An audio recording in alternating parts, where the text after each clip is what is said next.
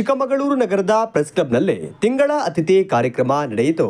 ಈ ಬಾರಿ ತಿಂಗಳ ಅತಿಥಿಯಾಗಿ ಜಿಲ್ಲಾಧಿಕಾರಿ ನಾಗರಾಜ್, ಜಿಲ್ಲಾ ಪೊಲೀಸ್ ವರಿಷ್ಠಾಧಿಕಾರಿ ಜಿತೇಂದ್ರ ಕುಮಾರ್ ದಯಾಮ ಅವರು ಆಗಮಿಸಿ ದೀಪ ಬೆಳಗುವುದರ ಮೂಲಕ ಉದ್ಘಾಟಿಸಿ ಕಾರ್ಯಕ್ರಮಕ್ಕೆ ಚಾಲನೆ ನೀಡಿದರು.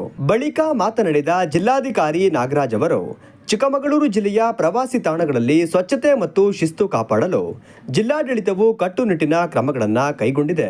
ಪ್ರವಾಸಿ ತಾಣಗಳು ಮತ್ತು ಸಾರ್ವಜನಿಕ ಸ್ಥಳಗಳಲ್ಲಿ ಪ್ಲಾಸ್ಟಿಕ್ ಬಳಕೆ ಮತ್ತು ಮದ್ಯಪಾನವನ್ನು ಕಡ್ಡಾಯವಾಗಿ ನಿಷೇಧಿಸಲಾಗಿದೆ. ನಿಯಮ ಉಲ್ಲಂಘಿಸಿ ಪ್ಲಾಸ್ಟಿಕ್ ಬಳಸುವವರಿಗೆ ದಂಡ ಕೂಡ ವಿಧಿಸಲಾಗುತ್ತಿದೆ ಎಂದರು. ನಗರ ಪ್ರದೇಶ ಕಾಂಪ್ಯಾಕ್ಟ್ ಆಗಿದೆ, ಅದನ್ನು ಮೇಂಟೈನ್ ಮಾಡೋದು ಸುಲಭ. ಬಹಳ ಮಾನಿಟರ್ ಮಾಡ್ತಾ ಇದ್ದೀವಿ. ಅರ್ಬನ್ ಏರಿಯಾದಲ್ಲಿ ಕಸ ಇರಬಾರ್ದು, ಮಾನಿಟರಿಂಗ್ ಈಸಿ. ಒಂದು ಸರಿ ಕ್ಲೀನ್ ಮಾಡಿ ಬಿಟ್ಬಿಟ್ರೆ ಜನಕ್ಕೂ ಜವಾಬ್ದಾರಿ ಬಂದರೆ, ಸರ್ಕಾರದಲ್ಲೂ ಏನು ಸ್ವಚ್ಛ ಭಾರತ್ ಮಿಷನ್ ಬಂತು, ಅದು ಬಂದಮೇಲೆ ಭಾಳ ಮಾನಿಟರಿಂಗ್. ಡ್ರೈ ವೇಸ್ಟನ್ನ ವೆಟ್ ವೇಸ್ಟನ್ನು ಸಪ್ರೇಟ್ ಕಲೆಕ್ಟ್ ಮಾಡಬೇಕು, ಅದನ್ನು ರೀಸೈಕಲ್ ಆಗೋದನ್ನು ರೀಸೈಕಲ್ ಮಾಡಬೇಕು, ಕಾಂಪೋಸ್ಟಿಂಗ್ ಆಗೋದನ್ನು ಕಾಂಪೋಸ್ಟಿಂಗ್ ಮಾಡಬೇಕು, ಡಿಸ್ಪೋಸ್ ಮಾಡೋದನ್ನು ಪ್ರಾಪರ್ ಸೈಂಟಿಫಿಕ್ ಡಿಸ್ಪೋಸ್ ಮಾಡಬೇಕು. ಪೊಲ್ಯೂಷನ್ ಕಂಟ್ರೋಲ್ ಕೂಡ ನಾಮ್ಸು ಜೋರಾಗಿದೆ. ಗ್ರಾಮೀಣ ಪ್ರದೇಶದಲ್ಲಿರೋ ಊರುಗಳಲ್ಲೂ ತಕ್ಕ ಮಟ್ಟಿಗೆ ಸಣ್ಣ ಪುಟ್ಟ ಕ್ಲೀನ್ ಮಾಡ್ಕೊಳ್ತಾರೆ. ನಿಮಗೆ ಕಸದ ರಾಶಿ ಕಾಣ್ತಿರೋದು ರಸ್ತೆ. ಸಾಮಾನ್ಯವಾಗಿ ಜನ ವಸತಿಗಳು ಎಲ್ಲಿಲ್ವೋ, ನಮ್ಮದು ಭಾಳ ವಿಸ್ತಾರವಾದಂಥ ಪ್ರದೇಶ.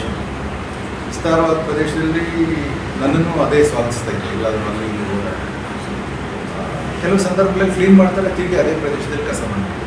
ಸೊ ಇಷ್ಟೊಂದು ವಿಸ್ತಾರವಾದ ಪ್ರದೇಶಕ್ಕೆ CC ಕ್ಯಾಮ್ರಾ ಎಲ್ಲ ಹಾಕಿ ಮಾನಿಟರ್ ಮಾಡೋಕ್ಕಾಗಲ್ಲ. ಒಂದು ನಮಗೂ ಜವಾಬ್ದಾರಿ ಇರಬೇಕು, ನಾಗರಿಕ ಜವಾಬ್ದಾರಿ ಇರಬೇಕು.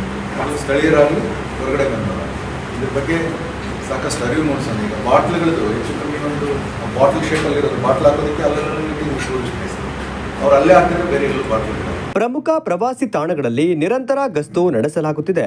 ಪ್ರವಾಸೋದ್ಯಮದ ಘನತೆ ಮತ್ತು ಧಾರ್ಮಿಕ ಸ್ಥಳಗಳ ಪಾವಿತ್ರತೆ ಕಾಪಾಡಲು ಪ್ರೀ ವೆಡ್ಡಿಂಗ್ ಶೂಟ್ ಹಾಗೂ ಇತರ ಚಟುವಟಿಕೆಗಳಿಗೆ ನಿಯಮಗಳನ್ನು ರೂಪಿಸಲಾಗಿದೆ.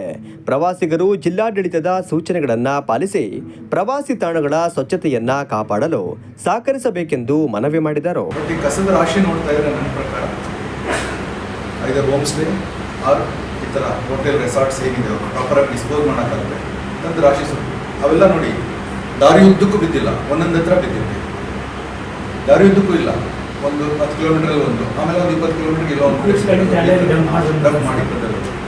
ಸೊ ಇದನ್ನು ಮಾನಿಟರ್ ಮಾಡೋದಕ್ಕೆ ನಾನು ಟೂರಿಸಮ್ ಅವ್ರಿಗೂ ಹೇಳ್ತಾ ಇದ್ದೀನಿ, ಇವ್ರಿಗೂ ಹೇಳ್ತಾ ಇದ್ದೀನಿ. ಪ್ರತಿ ಹೋಮ್ ಸ್ಟೇಗೆ, ರೆಸಾರ್ಟ್ಗೆ, ಹೋಟೆಲ್ಗೆ ನೀವು ಕಸನ ಹೇಗೆ ವಿಲೇವಾರಿ ಮಾಡ್ತಾ ಇದ್ದೀವಿ, ರಿವರ್ಸ್ ಕೇಳಿ.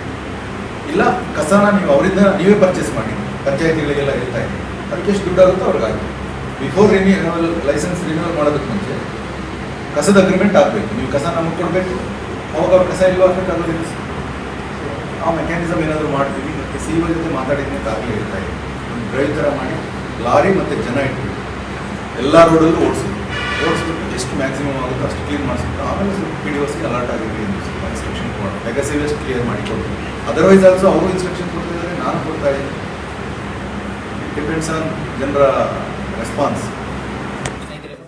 ಜಿಲ್ಲಾ ಪೊಲೀಸ್ ವರಿಷ್ಠಾಧಿಕಾರಿ ಜಿತೇಂದ್ರ ಕುಮಾರ್ ದಯಾಮ, ಪ್ರೆಸ್ ಕ್ಲಬ್ ಅಧ್ಯಕ್ಷರಾದ ಚಂದ್ರೇಗೌಡ, ಪ್ರೆಸ್ ಕ್ಲಬ್ ಖಜಾಂಚಿ ಗೋಪಿ, ಪ್ರಧಾನ ಕಾರ್ಯದರ್ಶಿ ಪುನೀತ್ ಉಪಸ್ಥಿತರಿದ್ದರು.